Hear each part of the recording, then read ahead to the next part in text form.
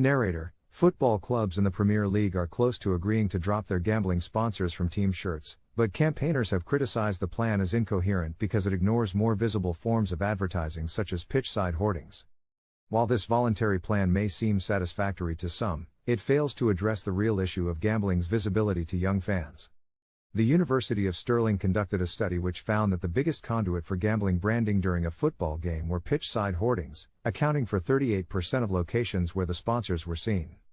These logos were visible more than 500 times during the average match and potentially 700 times during the coronavirus pandemic, when adverts were extended to areas normally occupied by fans.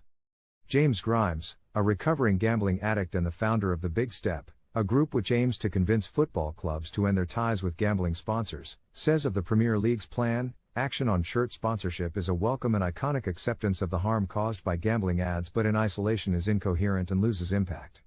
For every advert on a shirt, there are hundreds more flashing around the pitch, each one is a threat to my recovery from addiction.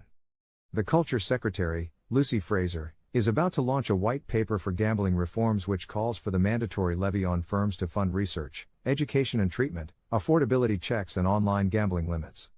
Unfortunately, these reforms won't likely address the issue of sports gambling sponsors, with the Premier League on the brink of ratifying its voluntary plan to drop sponsors from team shirts while leaving LED screen displays and other visible forms of advertising in place.